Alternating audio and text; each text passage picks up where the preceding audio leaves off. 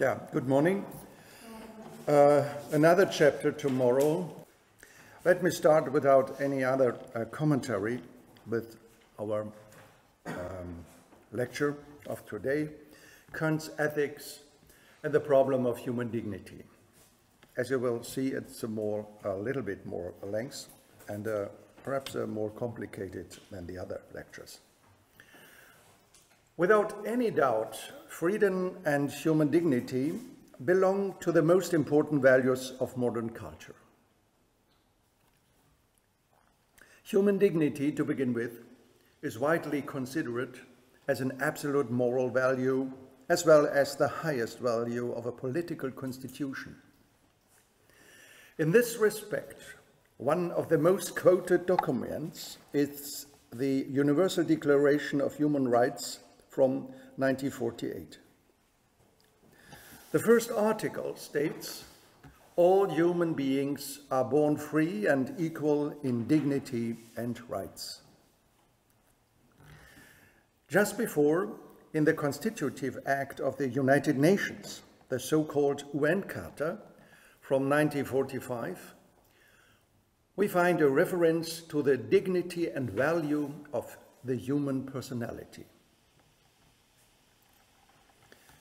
It was the basic law of the Federal Republic of Germany from 1949, which for the first time after the Second World War introduced the concept of human dignity and its inviolability into a state constitution. It should be mentioned that the constitution of the Irish Republic was the first which introduced the dignity of man into its preamble. However, the text is based on a strong religious foundation. The concept of human dignity connected with human rights is to be found, among others, in the Constitution of the Russian Federation from 1993. In the second article of the first section, we find the following statement. The human being, his rights and his liberties are the highest values. The recognition, preservation and protection of the rights and liberties of the human being and citizens are duties of the state. In Article 21, we read the following. The dignity of a person is defended by the state. There is nothing which could justify its curtailment. We find the concept of human dignity also in the constitutions of Belarus, Bulgaria, Israel, China since 2004, as well as of Chile, Colombia, Canada, Switzerland, Italy, and among many other states of the European Union. The International Covenant on Economic, Social and Cultural Rights from 1966 refers to the Charter of the United Nations and emphasizes the dignity of all members of human society. In the year 2000, the first article of the Charter of the Basic Rights of the European Union repeats the proposition of the German Basic Law. The dignity of man is inviolable. It has to be respected and protected. As is well known, the profession of human dignity in the documents of the Universal Declaration of Human Rights, the UN Charta, of the Constitution of the Russian Federation, as well as of the German Basic Law, and of all the national constitutions just mentioned, is a political answer to the inhuman cruelties of National Socialism and totalitarianism. Some of the German state constitutions, as those of Bavaria, Bremen, and Saxony, point explicitly to the cruelties of National Socialism. This explains the fact that only in the 20th century did human dignity become the supreme value in the constitutions. Therefore, the political demand for respect and protection of human dignity can be considered as a fact of historical significance and as a reflection of the source of human civilization. Notwithstanding the worldwide acts of terrible violence to human dignity up until today. In the first decades after the war, however, the concept of human dignity was not a focal point of public debate. In recent years, the situation has changed in a remarkable way. The developments of biomedicine and biotechnology have raised numerous new questions about the concept of human dignity and its application. At the same time, there can be seen a new and lively philosophical interest in human dignity in general. In what follows, however, I will not deal with ethical problems of bioethics and related fields. I will rather concentrate on some of the main philosophical problems which the concept of human dignity raises and which have been discussed in recent years. Here, as we will see, the Kantian theory has a key role.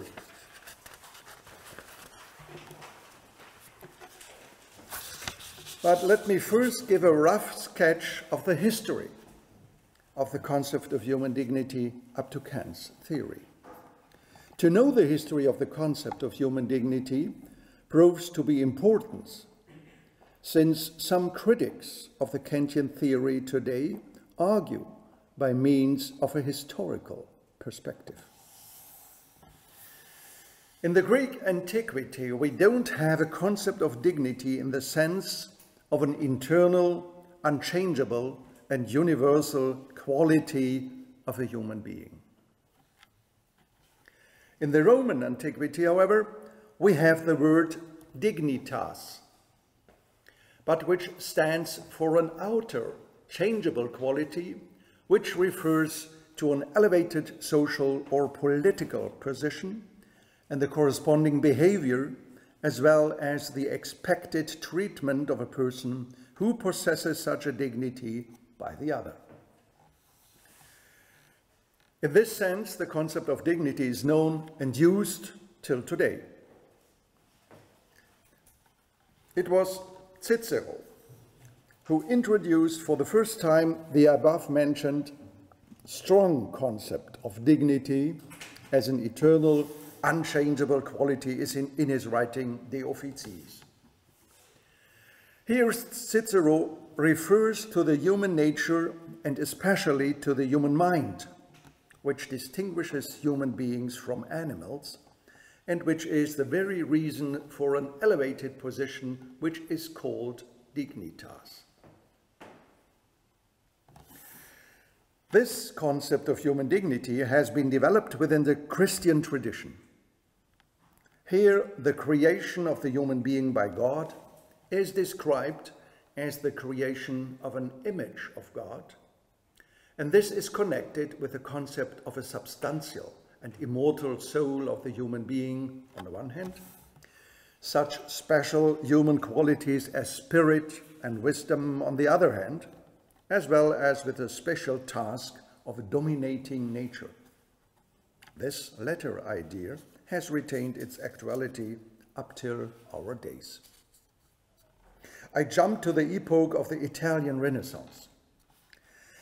Here two authors are to be mentioned, Giannozzo Manetti and Pico della Mirandola.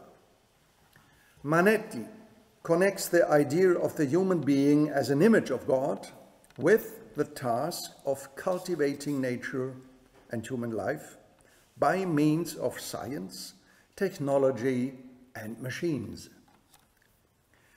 It was Herder who took up this idea in the 18th century. In contrast, Pico della Mirandola emphasized the capacities of self-legislation, self-determination, and self-education. According to De la Mirandola, the last purpose of our life lies in the realization of autonomy. There can be no doubt that this is the source of our modern understanding of the concept of human dignity. However, one should not ignore its theological basis. The dignity of a human being and its capacity of self-determination have their last reason in God's act of creation of the human being and in his divine will.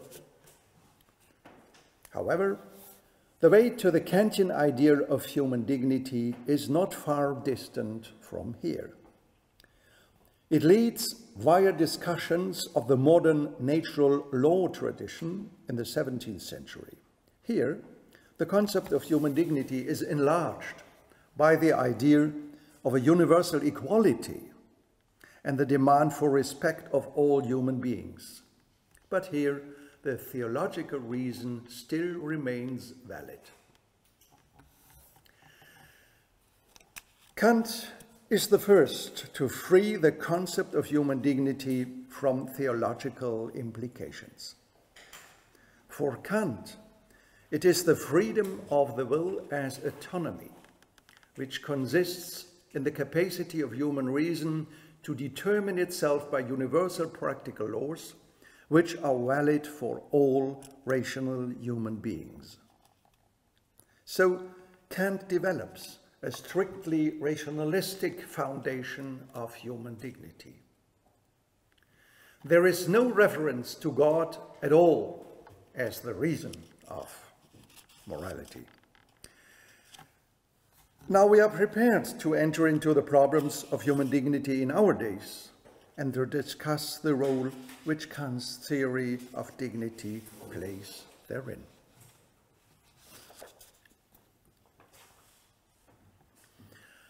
Although the Universal Declaration of Human Rights can be considered as a point of departure of the public debate of human dignity after the war, let me start with a review of the German Basic Law and its commitment to human dignity. Here we have the basis for a philosophical discussion which can be applied easily to all those state constitutions which emphasize human dignity. It is less well known that during the earliest discussions of the German Basic Law, there were three conflicting standpoints as regards the interpretation of the concept of human dignity. The one emphasized the Christian tradition, a second argued for the tradition of natural right and the humanistic tradition, and a third voted for the universal function of the Basic Law without any religious or ideological claims. This latter consideration finally prevailed, and here Kant was the leading voice in the background. For our present purpose and from a philosophical point of view, it is important to see that the formula of human dignity in the first article of the German Basic Law was originally interpreted in a threefold claim. And here we find a puzzling new edition of the conflicting standpoints just mentioned. It has been argued for human dignity as an objective value which exists independently on its own and forever. Obviously, this was a reference to the tradition of natural right and a philosophical ontology of value. Therefore, the statement about human dignity has been interpreted as a value statement, a statement which is based on an actuality of being, in German Seinsgegebenheit. The content of such an actuality of being is the human spirit, which stands out from impersonal nature and consists of the personal capacities of self-consciousness, self-determination, and the capacity to shape itself and its environment. These are the characteristics of human freedom. Therefore, human freedom is an absolute value, as well as the very reason for the value of human dignity. And here, the Christian tradition has been pointed out as a source for this Jewish naturalistic interpretation of human dignity. You can easily see the revival of the history of the concept of human dignity within this interpretation. A third step, however, makes clear that this interpretation of the meaning of the concept of freedom and human dignity refers to an interpretation of the Kantian concept of freedom as autonomy and human dignity.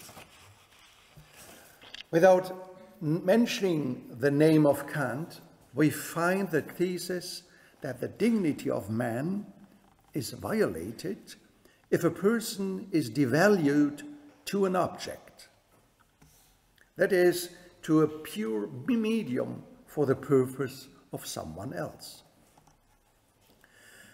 Obviously, this in substance is a quotation of Kant's second formula of the categorical imperative in his groundwork for the metaphysics of morals, the so-called formula of humanity. As we have seen in the previous lectures, Kant here states that one should, I quote, act in that way that we use humanity as much in our own person as in the person of every other, always at the same time as an end and never merely as a means. The complementary principle is Kant's statement that, I quote, man and generally any rational being exists as an end in itself. In his metaphysical foundations of the doctrine of virtue, Kant states, with view to the general characteristic of mankind and the concept of dignity, humanity itself is a dignity. For a human being cannot be used merely as a means by any human being, either by others or even by himself, but must always be used at the same time as an end. It is precisely in this that his dignity, personality, consists.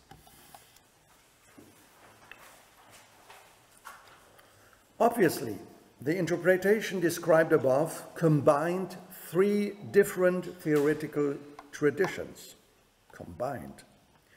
namely the Christian tradition, together with the Jewish naturalistic tradition, and thirdly, the Kantian tradition, without reflecting upon the systematic problems which are involved in such a dark brew of theories.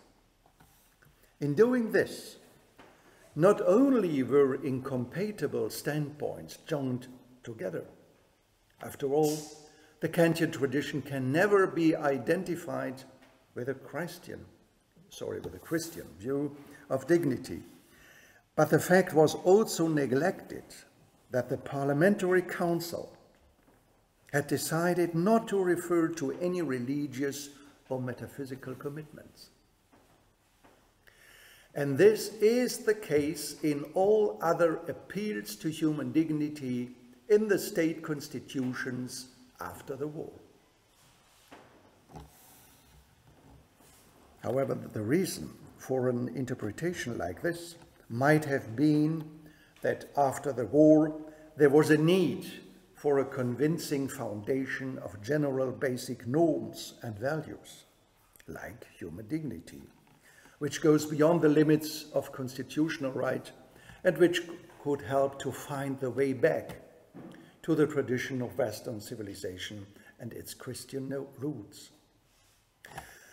This is an understandable idea, and indeed, it was shared by many authors at this period. But nevertheless, there can be no doubt, I repeat, that the Kantian theory of human dignity definitely excludes any religious premises from the arguments for human dignity. And with regard to the Kantian critical theory of reason, there is no reason for any claim for independently existing values either. Such claims Kant always criticizes as dogmatic.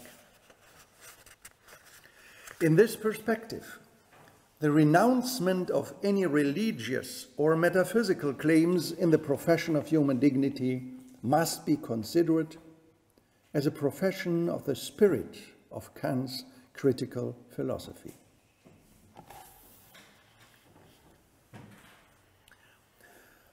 Although in this lecture I will not concentrate on the relation between human dignity and human rights, it's worthwhile mentioning shortly another interpretation of the concept of human dignity.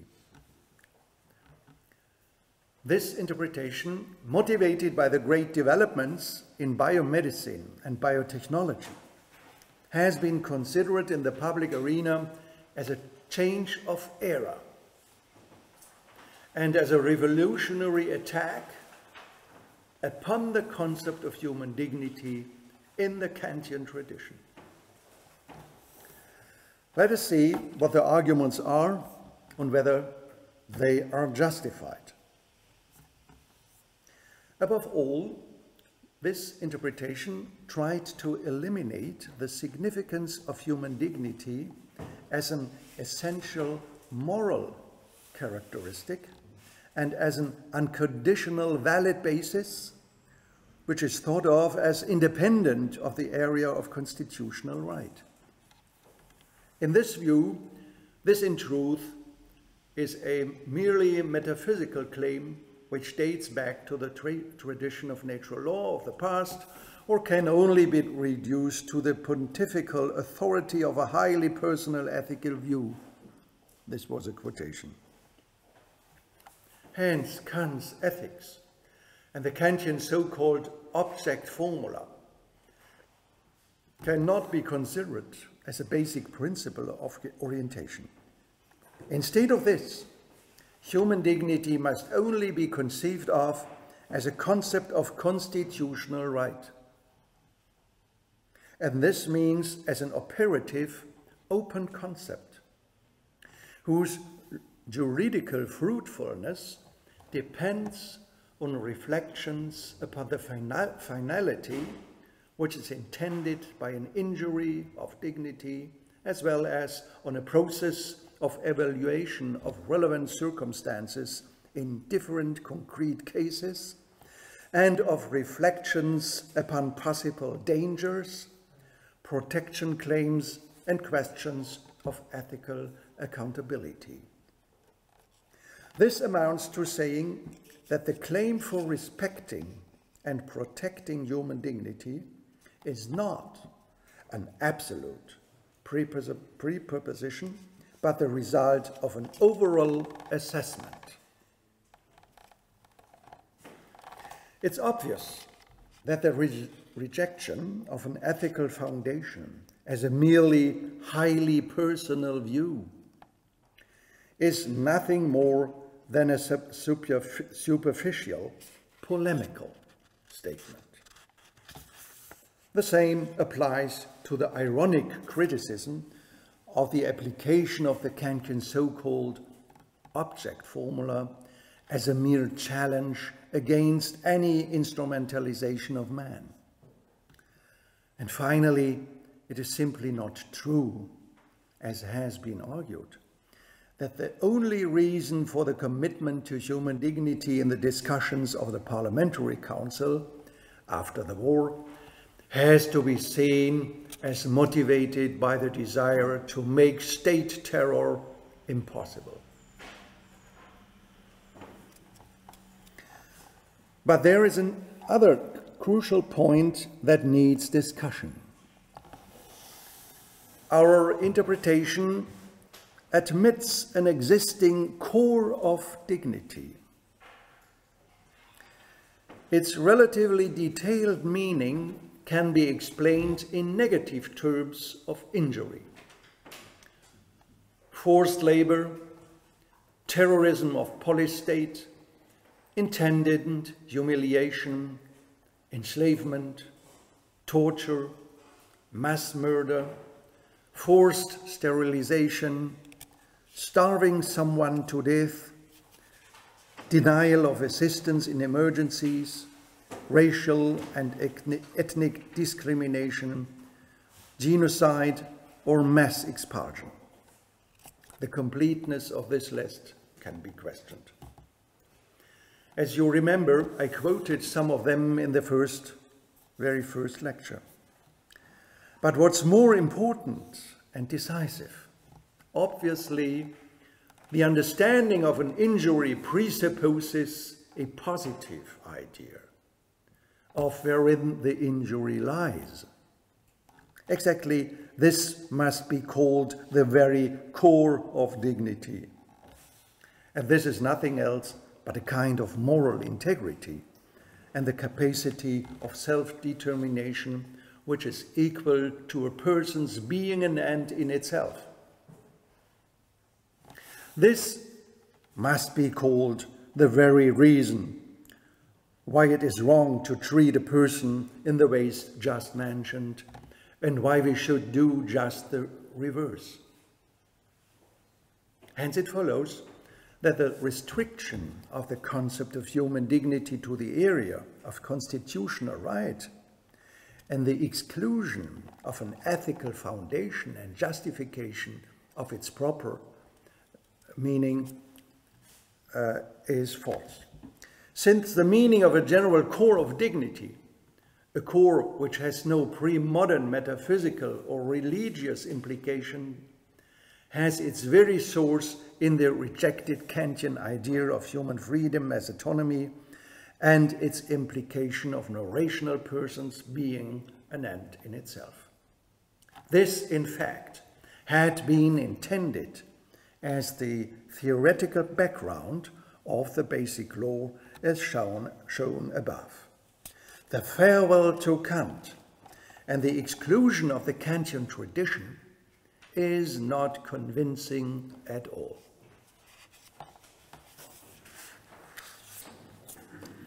It has been stated that, I quote, "No philosophical discussion of dignity influences current debate more than Immanuel Kant's."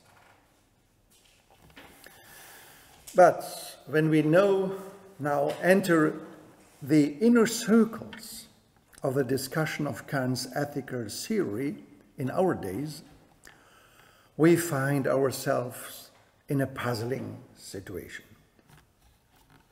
Besides a vast amount of more or less positive comments, especially recently published papers attack the Kantian concept of dignity sharply. This is done in different ways. The sharpest attack celebrates a facetious farewell to human dignity, which is seen to be nothing more than one of the shadows of God Nietzsche has been talking of. This kind of criticism goes on to claim that human dignity must be disposed of as a bulky waste of the history of ideas. Another claims that we should abandon the concept of human dignity because it is an empty and incoherent concept, and that is the source of false consciousness. Yet another criticism in our time concerns the history of the concept of human dignity. Again, with Nietzsche, the history is judged to be a history of errors, fancies, and ideologies. And this is held to be valid for the Kantian moral theory too. Finally, we find an attack against the Kantian theory in the argument for another meaning of human dignity, which relates to its ancient sources and which refers to that contingent human attitude and behavior which is opposite to the idea of human dignity as an unconditional value. Now, if one tries to reach some clarity about those interpretations, there is another puzzling issue.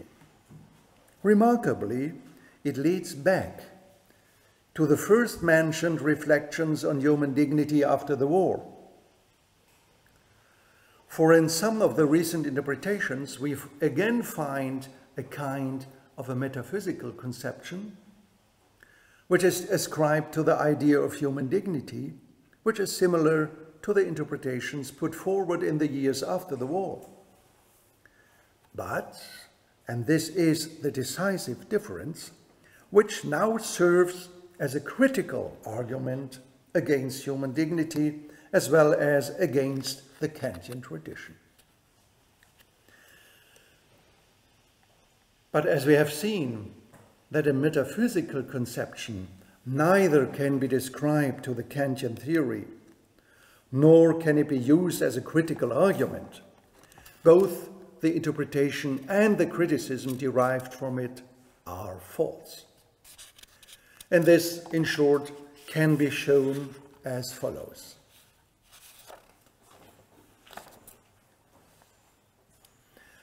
If we first turn to the historical criticism of Kant's theory of human dignity as developed recently, the main argument is easy. Kant's moral theory is a metaphysical theory.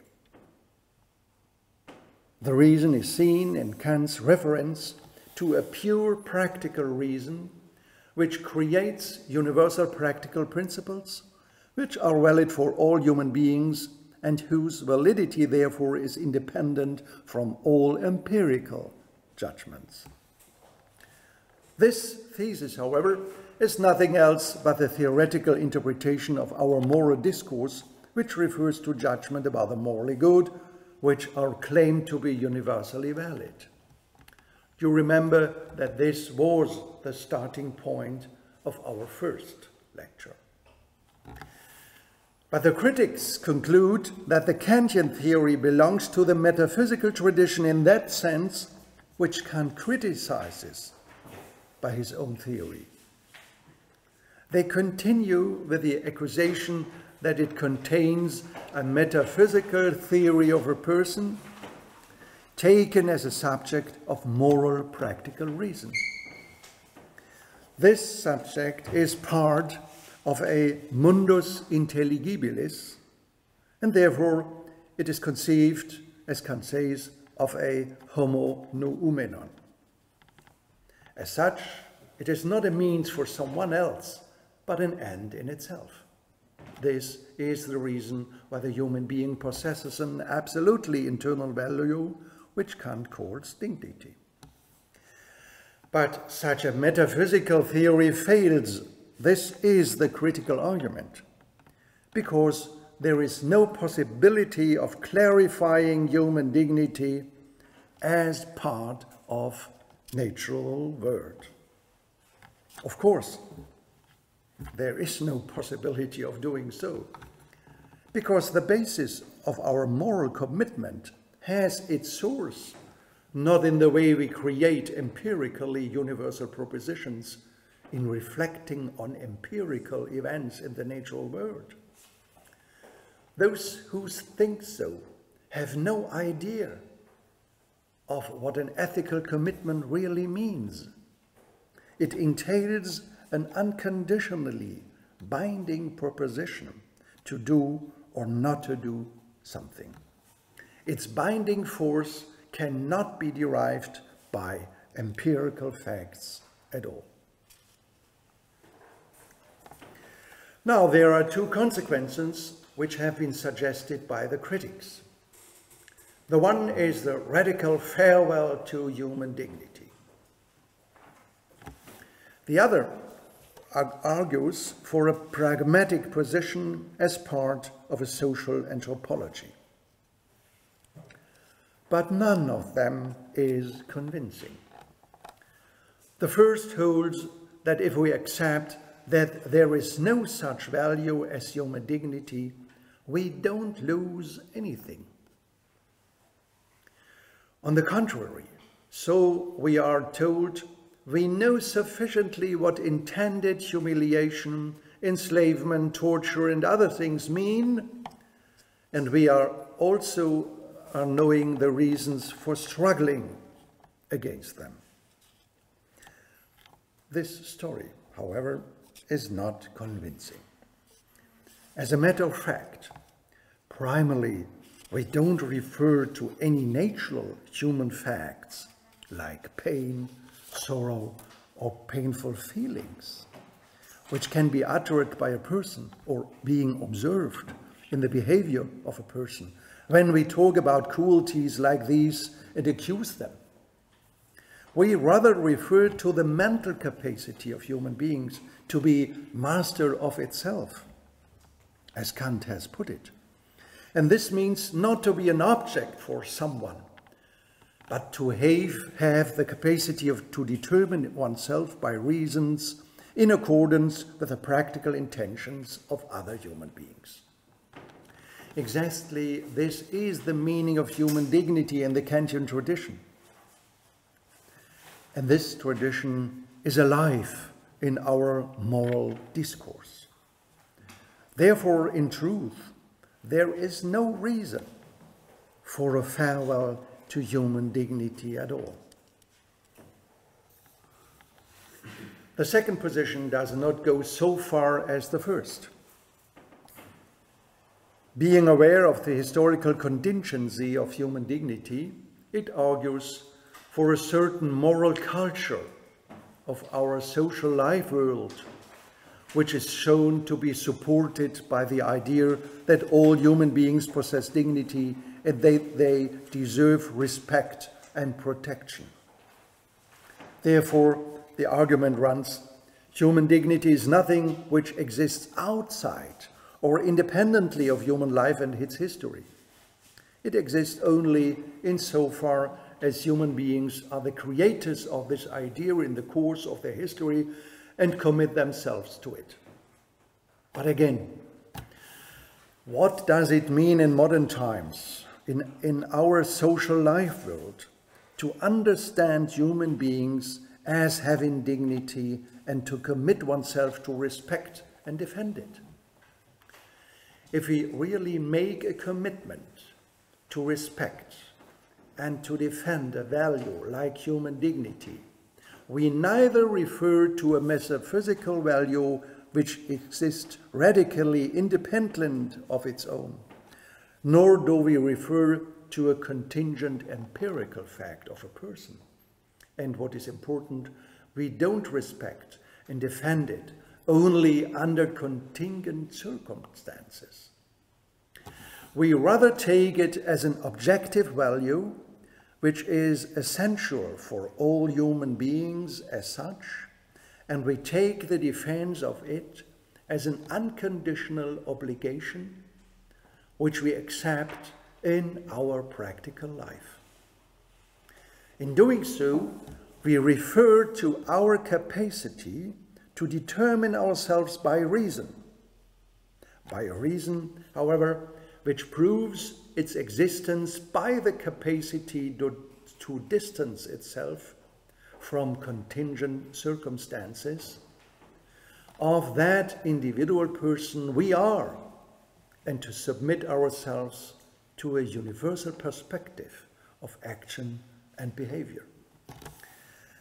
Therefore, once again following Kant, such a capacity can be called a pure practical reason. Indeed, this is a metaphysical claim. But a pure practical reason and human dignity are not metaphysical things in themselves. There is a critical, purely functional sense of metaphysics, which has to be emphasized here and which has not been acknowledged by the critical authors quoted above. For the Kantian metaphysical claim expresses nothing else than the very function of a practical reason insofar as human beings are able to commit themselves in an unconditional way. It is this function of our reason which we ascribe to ourselves as well as to all human beings. And this, in truth, is the reason for the recognition and protection of human dignity. Let me add another point. This kind of dignity is different in principle from human being of a totally other meaning, a contingent attitude and a kind of accordance with a picture of ourselves. Therefore, it cannot serve as a criticism against the concept of human dignity in the classical Kantian tradition, as has been argued recently. It was Friedrich Schiller, by the way, however, who created a concept of dignity which described a picture of ourselves. But this picture has its reason in Kantian ethics. It is a behavior which bears human suffering with inner calm and patience. One final step has to be taken. This step leads back to the Kantian theory itself. At the beginning of my lecture, I have quoted Kant's formula of humanity, which states that one should use humanity as an end and never merely as a means. Later on, Kant emphasizes that, I quote, "It is just in this that a man's dignity consists." It's important to see that the concept of human dignity is justified in the last instance by the Kantian concept of freedom as autonomy. This, as you know, is the capacity not to reflect on outer purposes which are to be realized if you have to decide on the question what I should do in a moral sense, but to submit oneself to a universal law of reason, which is the leading law in our moral intentions and actions. This capacity is the very reason that a rational being is an end in itself and possesses dignity. As Kant states, I quote, "Autonomy is the reason of the dignity of the human nature." Therefore, Kant's theory of freedom as autonomy is the only reason of the concept of human dignity. The concept of human dignity does not stand on its own. It depends on the Kantian theory of freedom as autonomy. Freedom as autonomy, however, consists in nothing other than the capacity of a rational being to make its own reason the highest principle of all practical intentions. And this, nothing more, nothing less, means Kant's explanation of the concept of autonomy as the quality of the will to be a law to itself, independently of every property of the objects of volition. A will to be a law to itself, independently of every property of the objects of volition, means to be its own principle. This is the self-related structure of a morally good will, as we have seen in our second lecture. To be its own principle is the reason for an intrinsic value of a human being. And such an intrinsic value Kant calls an absolute value, which cannot be found in the natural world among other living beings. Finally, a human being who possesses such an absolute value does not possess a prize, but dignity. Because a prize is a value which is constituted only by an external relation. Therefore, dignity is an implication of human freedom as autonomy.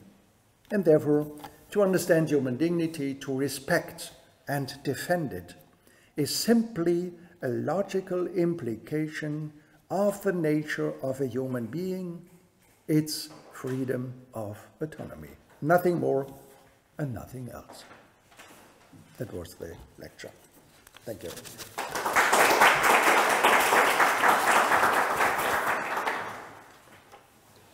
Let's make a break.